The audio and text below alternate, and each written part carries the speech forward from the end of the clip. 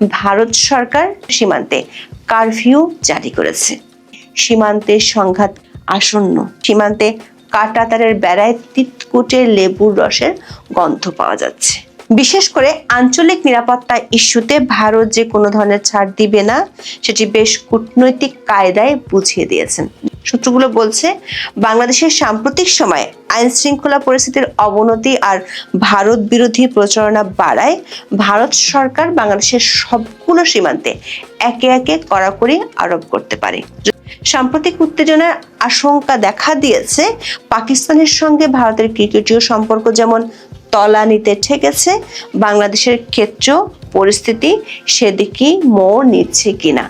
সাথে যোগ হয়েছে, সীমান্তে যদি ভারত আরো কড়াকড়ি আরোপ করে তাহলে সীমান্তের সংঘাত কি আসন্ন। বাংলাদেশের সাবেক প্রধানমন্ত্রী খালেদা জিয়ার শেষকৃত্যে যোগ দিতে ঢাকায় এসেছিলেন ভারতের পররাষ্ট্রমন্ত্রী এস জয়শঙ্কর। বাংলাদেশের অন্তর্বর্তী সরকার আমলে এটা ছিল ভারতের প্রথম কোনো মন্ত্রীর বাংলাদেশ সফর। কারণটা সবারই জানা।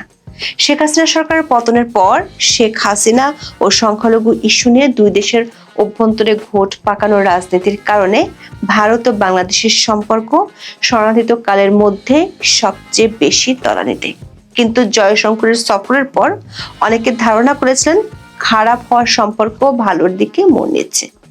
ভারতে ফিরে গিয়ে জয়শঙ্কর প্রতিবেশীর আচরণ কেমন হওয়া উচিত সেটি নিয়ে কূটনৈতিক বার্তাও দেন। জয়শঙ্করের সে বক্তব্য নিয়ে নানা মহলে চলছিল বিশ্লেষণ। তবে সে বিশ্লেষণ ডানা বাঁধতে না বাঁধতে আলোচনায় আসে বাংলাদেশের কার্টার মাস্টার মোস্তাফিজের ইস্যু।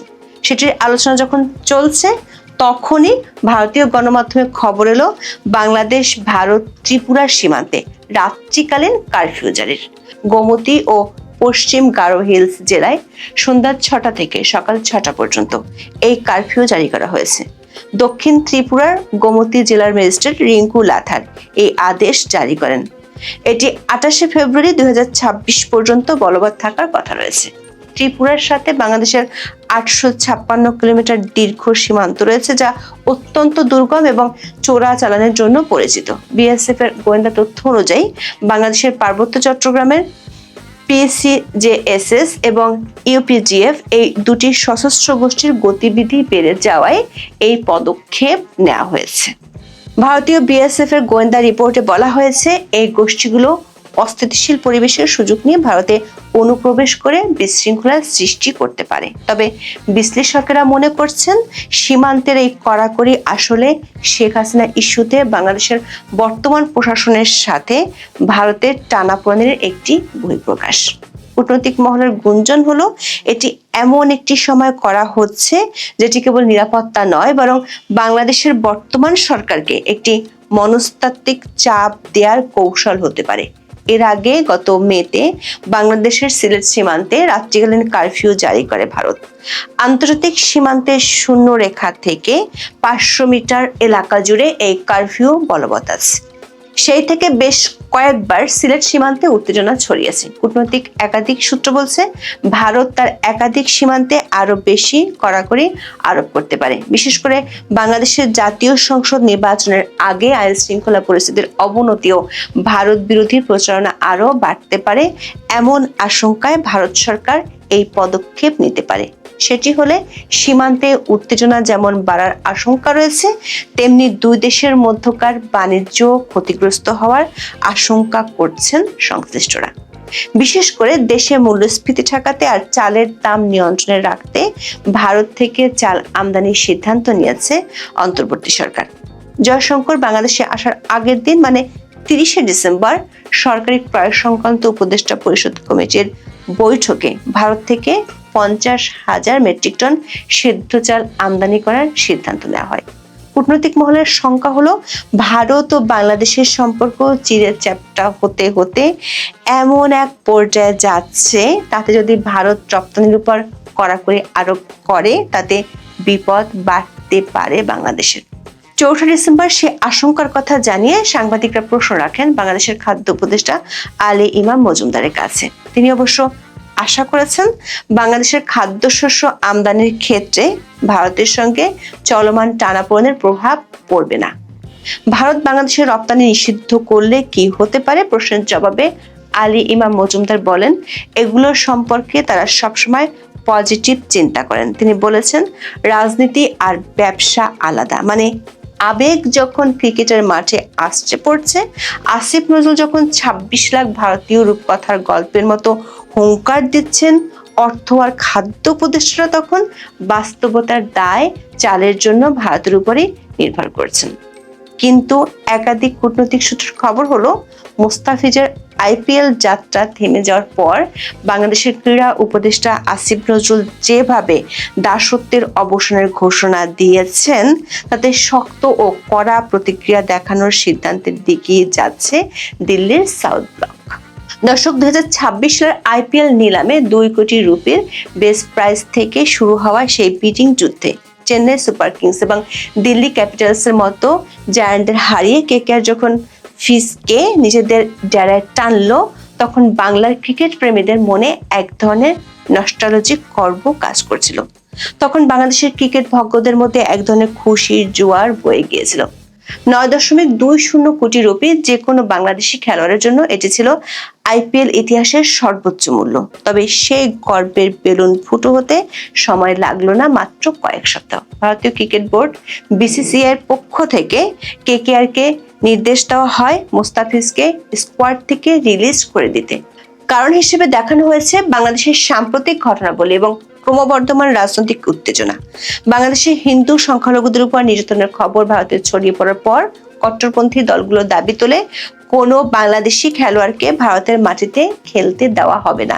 বিশেষ করে ময়মনসিংহের দীপু চন্দ্র দাস নামক এক যুবকের মর্মান্তিক মৃত্যুর ঘটনাকে কেন্দ্র করে ভারতে যে জনরোষ তৈরি হয়, তার বলি হতে হলো মোস্তাফিজকে। ভারতের ক্ষমতাসীন দল বিজেপির প্রভাবশালী নেতা কৌস্তুভ বাগচি এবং বেশ কিছু হিন্দু ধর্মীয় সংগঠন কেকেআর এর এই সিদ্ধান্তের বিরুদ্ধে সরাসরি যুদ্ধ ঘোষণা করেছিল। তাদের যুক্তি ছিল, বাংলাদেশে যখন সংখ্যালঘুদের উপর কথিত নির্যাতন চলছে, তখন একজন বাংলাদেশি ক্রিকেটারকে কলকাতায় আতিথেয়তা দেওয়া এবং কোটি কোটি রুপি আয়ের সুযোগ করে দেওয়া জাতীয় স্বার্থের পরিপন্থী। কেকেআর এর মালিক শাহরুখ খানকেও দেশ বিরোধী তকমা দিতে কুণ্ঠাবোধ করেননি কিছু ধর্মীয় নেতা। বিসিসিআই এই গণরোষ ও সম্ভাব্য নিরাপত্তার ঝুঁকির দোহাই দিয়ে কেকেআর কে বাধ্য করে মোস্তাফিজের চুক্তি বাতিল করতে। মোস্তাফিজকে বাদ দেওয়ার খবর বাংলাদেশে পৌঁছানোর পর অন্তর্বর্তী সরকারের কয়েকজন উপদেষ্টা ব্যাটে বলে ছক্কা হাঁকাতে শুরু করেন। ক্রীড়া উপদেষ্টা আসিফ নজরুল তার ফেসবুক বার্তায় বিসিসিআই এর এই নীতিকে উগ্র সাম্প্রদায়িক বলে মন্তব্য করেন। সাংস্কৃতিক উপদেষ্টা মোস্তফা সরোয়ার ফারুকী বিষয়টিকে লজ্জাজনক বলে দাবি করেন। তথ্য সম্প্রচার উপদেষ্টা সৈয়দা রিজওয়ানা হাসান বাংলাদেশে আইপিএল সম্প্রচার বন্ধ করার আইনি ভিত্তি খতিয়ে দেখার ইঙ্গিত দিয়েছেন। তবে বাংলাদেশের গণমাধ্যমের খবর হলো, বাংলাদেশ ক্রিকেট বোর্ড বিসিবির অবস্থান ছিল প্রথমে একটু রক্ষণাত্মক, পরে হয়েছে মারমুখী। শুরুতে বিসিবি পরিচালকদের অনেকে ভারতের সাথে সরাসরি সংঘাতে যেতে চাননি। শনিবার রাতে ভার্চুয়াল সভায় তারা কেবল একটি ব্যাখ্যামূলক চিঠি পাঠানোর কথা ভেবেছিলেন। এমনকি বিসিবি সভাপতি আমিনুল ইসলাম বুলবুলও শুরুতে কিছুটা সাবধানী ছিলেন। তবে রবিবারের সূর্য ওঠার সাথে সাথে বিসিবির সুর পাল্টে যায়। সরকার উচ্চ পর্যায়ের গরম সিগন্যাল পাওয়ার পর বিসিবি তাদের জরুরি বৈঠক শেষে জানিয়ে দেয়, বাংলাদেশ দল টি-20 বিশ্বকাপ খেলতে ভারতে যাবে না। বিসিবির আনুষ্ঠানিক বিজ্ঞপ্তিতে জানানো হয়, খেলোয়াড়দের নিরাপত্তা নিয়ে জোরালো সংশয় এবং সরকারের পরামর্শের প্রেক্ষিতে তারা ম্যাচগুলো শ্রীলঙ্কায় সরিয়ে নেওয়ার জন্য আইসিসিকে চিঠি দিয়েছে। বিসিবি পরিচালক খালেদ মাসুদ পাইলট উপদেষ্টা আসিফ নজরুলের সুরেই বলেন, ভারত যদি একজনের নিরাপত্তা দিতে না পারে, তবে পুরো দলের নিরাপত্তা কিভাবে নিশ্চিত করবে? তবে মোস্তাফিজকে বাদ দেওয়ার সিদ্ধান্তটি নিয়ে ভারতেও মিশ্র প্রতিক্রিয়া দেখা দিয়েছে। বিজেপি নেতা সঙ্গীত সোম এই সিদ্ধান্তকে স্বাগত জানিয়ে বলেছেন, এটি 100 কোটি সনাতনী ভারতীয় জয়। অন্যদিকে কংগ্রেস সাংসদ শশী থারুর এই ঘটনার তীব্র নিন্দা জানিয়ে প্রশ্ন তুলেছেন, একজন খেলোয়াড়কে কি তার দেশ বা ধর্মের জন্য শাস্তি দেওয়া হচ্ছে? বাংলাদেশ দাবি করেছে তাদের ম্যাচগুলো যেন সহ আয়োজক শ্রীলঙ্কায় সরিয়ে নেওয়া হয়। বিসিবির এই দাবি এখন আইসিসির জন্য এক বিশাল শিরপীড়া। বিসিসিআই ইতিমধ্যে দাবিকে লজিস্টিক্যাল নাইটমেয়ার বা লজিস্টিক দুঃস্বপ্ন হিসেবে মন্তব্য করেছেন। তাদের যুক্তি হলো টিকিট কাটা শেষ, হোটেল বুকিং হয়ে গেছে, ব্রডকাস্ট ক্রু সাজানো, এখন হুট করে ভেন্যু বদলানো অসম্ভব। তবে খবর পাওয়া যাচ্ছে আইসিসি বিষয়টিকে ইতিবাচকভাবে দেখছে এবং 1 বা 2 দিনের মধ্যে সিদ্ধান্তে আসতে পারে। যদি আইসিসি দাবি না মানে তবে বাংলাদেশ হয়তো বিশ্বকাপ বয়কট করবে। দর্শক, এই ঘটনার মধ্য দিয়ে ভারত ও বাংলাদেশের মধ্যকার খেলার সঙ্গে ধুলার মতোই মিশে গেল রাজনীতি। শুধু রাজনীতি নয়, বলা ভালো ভূ রাজনীতি। কদিন আগেও শীতের মধ্যে লেপ মুড়ি দিয়ে শুয়ে থাকার চেয়ে অনেক বেশি উপভোগ্য ছিল ভারত বাংলাদেশের উত্তেজনায় ঠাসা একটি ক্রিকেট ম্যাচ দেখা। কিন্তু এখন ইন্ডিয়ান এক্সপ্রেসের আশঙ্কা পাকিস্তানের মতো পরিণতি ভোগ করতে হতে পারে বাংলাদেশকেও। পাকিস্তানের সঙ্গে ভারতের ক্রিকেটীয় সম্পর্ক যেমন তলানিতে ঠেকেছে, বাংলাদেশের ক্ষেত্রেও পরিস্থিতি সেদিকেই মোড় নিচ্ছে বলে আশঙ্কা করা হচ্ছে। 2012-13 মৌসুমের পর থেকে ভারত ও পাকিস্তানের মধ্যে কোনো দ্বিপাক্ষিক সিরিজ হয় না। দুই দল কেবল আইসিসি বা এসিসি ইভেন্টে মুখোমুখি হয়, তাও নিরপেক্ষ ভেন্যুতে। ইতিমধ্যে চলতি বছরের শেষ দিকে ভারতের নির্ধারিত বাংলাদেশ সফরও আপাতত স্থগিত রাখা হয়েছে। এমনকি ভবিষ্যতে দুই দেশকে হয়তো কেবল নিরপেক্ষ ভেন্যুতেই একে অপরের মুখোমুখি হতে দেখা যাবে। বিশ্লেষকদের আশঙ্কা, ভারত বাংলাদেশ ক্রিকেটীয় সম্পর্ক এখন সেই একই শীতল যুদ্ধের দিকে এগোচ্ছে, যেখানে মাঠের খেলার চেয়ে জাতীয়তাবাদ আর বিদ্বেষ বেশি জায়গা করে নিচ্ছে। তবে বাংলাদেশের ক্রিকেট সংশ্লিষ্টরা মনে করেন, রাজনীতি যখন ক্রিকেটকে গ্রাস করে তখন সবচেয়ে বেশি ক্ষতিগ্রস্ত হয় ছোট বোর্ডগুলো। রাজনীতি আর ক্রিকেটের এই ককটেল বাংলাদেশের জন্য বেশ তেতো হতে পারে। ভারত বর্তমানে বিশ্ব ক্রিকেটের অর্থনৈতিক মেরুদণ্ড। বিসিসিআই একাই আইসিসির লভ্যাংশের 38.5% নিয়ন্ত্রণ করে। অন্যদিকে বাংলাদেশের লভ্যাংশ মাত্র 4.46%।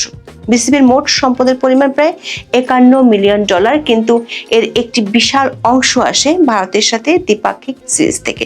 ভারত যখন বাংলাদেশের সফরে আসে তখন টিভি সত্য থেকে আয় হয় প্রায় 70 থেকে 100 কোটি টাকা। ইতিমধ্যে 2026 সালে ভারতের বাংলাদেশ সফর অনিশ্চয়তার মুখে পড়েছে। যদি এই সিরিজটি বাতিল হয় তবে বিসিবির কোষাগারে বিশাল এক গর্ত তৈরি হবে, যার সামাল দেওয়া কঠিন হবে। এটি যেন এক ধরনের সফট পাওয়ার যুদ্ধ, যেখানে ব্যাটের চেয়ে পলিটিক্যাল স্টেটমেন্ট বেশি জোরালো। দর্শক, গত 16 মাস ধরে চলতে থাকা ভারত ও বাংলাদেশের সম্পর্কের রাজনৈতিক তিক্ততা এখন ক্রিকেট এবং সীমান্ত পেরিয়ে প্রতিটি স্তরে ছড়িয়ে পড়ছে। এই সম্পর্কের পরিণতি হতে পারে দীর্ঘ কূটনৈতিক শীতলতা, যা দুই দেশের মানুষের জন্যই ক্ষতিকর। ক্রিকেট সম্পর্ক যদি সত্যি পাকিস্তান ভারতের পথে হাঁটে তবে তার পরিণতি হবে দীর্ঘস্থায়ী বিচ্ছেদ। সহজ কথায় বললে, ভারত বাংলাদেশ সম্পর্কটা এখন সেই বিরিয়ানির মতো, যার চাল ভারতীয় আর রাঁধুনি বাংলাদেশি, কিন্তু ঝগড়া লেগেছে মাংসের পিসটা কে বড় নেবে তা নিয়ে।